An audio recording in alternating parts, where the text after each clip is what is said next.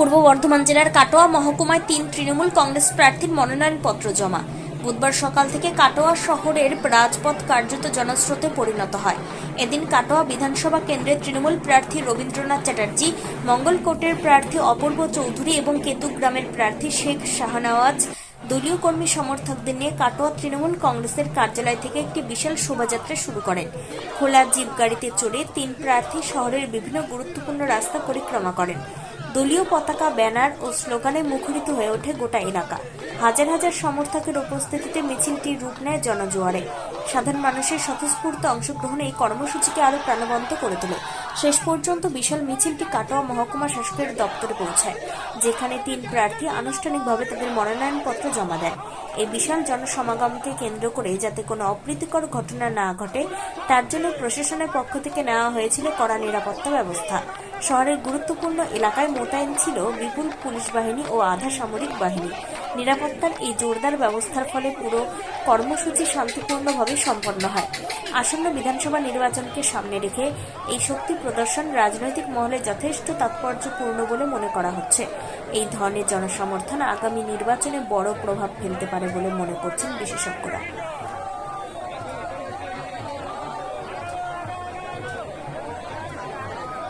কাটোয়া থেকে শঙ্কু কর্মকারের report, crime press.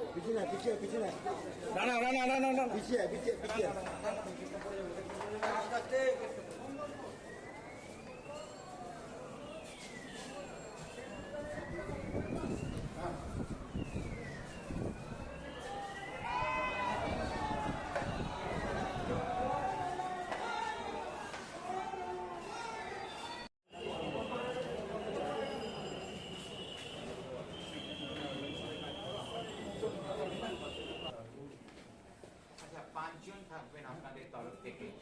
সবাই ঢুকেছে? মঙ্গলপুর কেতুগ্রাম সব ঢুকেছে? হ্যাঁ, একজন বাকি আছে আর সব কেতুগ্রামের একজন বাকি আছে।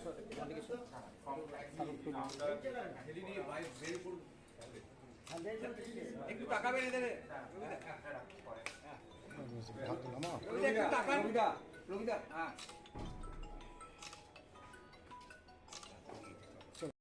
ছিল না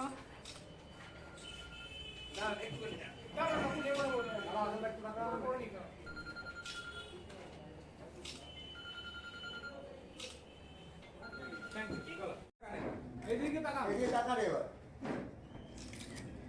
মানে করিয়ে নিলাম তাড়াতাড়ি। Thank you. পূর্ব বর্ধমানের 16টা সিটেই তৃণমূল কংগ্রেসের প্রার্থীরা বিজয়ী আছে, এবারেও হবে। বিরোধীরা বারবার বলছে যে এবার তৃণমূলের যাওয়ার সময় এসছে, তাহলে তারা যে দাবিটা করছে সেই দাবিটাকে খণ্ডন করছেন আপনি কি হিসাবে? আমি তো একটা কথা বললাম যে হিসাব তো একটাই, 16টা সিটেই 16টা তৃণমূল কংগ্রেসের প্রার্থী জিতবে। গতবারের থেকে এবছর কতবার জিতবেন বলে আশা করছেন? সেটা এইভাবে বলা যাবে না, এখনই ভোট তো একটা অনেক প্রসঙ্গ থাকে, সেগুলো শেষ পর্যন্ত জিতবে এইটা ফাইনাল আর কি। নির্বাচন কমিশনের এই যে এসআইআর হচ্ছে, নির্বাচন কমিশনের যে এই ব্যাপার, এই ব্যাপারে কি কিছু ভোট কাটাকুটি হবে, কমে যাবে বলে মনে করছেন? ভোট কমে যাবে না, তো চেষ্টা হয়েছিল ভোট কমানোর, এবং যার জন্যে বেশ কিছু যারা যোগ্য ভোটার তাদের নাম কেটে বাদ দেওয়া হয়েছে। সেগুলো নিয়ে অবশ্যই এখন ট্রাইব্যুনাল আবার কী সিদ্ধান্ত নেয় তার জন্য অপেক্ষা করতে হবে। এ পর্যন্ত কাটোয়া মহকুমা 3 বিধানসভার প্রায় 22,400 মতন ট্রাইব্যুনালে আবেদনপত্র জমা করেছে। তো সেইগুলোর বিষয়ে কি কোনো রকমভাবে দলগতভাবে কিছু বলা হবে কমিশনের পক্ষে আবেদন করা বা কি? আজকে তো আমাদের দলের পক্ষ থেকে দিল্লিতে একটা টিম গেছে, তারা নির্বাচন কমিশনের সঙ্গে এই ব্যাপারগুলো নিয়ে আলোচনা করবে। আর আপনি কি মনে করেন যে কমিশনের যে এই আচরণ, সেই আচরণের উদ্দেশ্যই কি শাসক দল মানে কেন্দ্রের শাসক দলের পক্ষে? হ্যাঁ, এটা পক্ষপাতমূলক আচরণ নির্বাচন কমিশনের।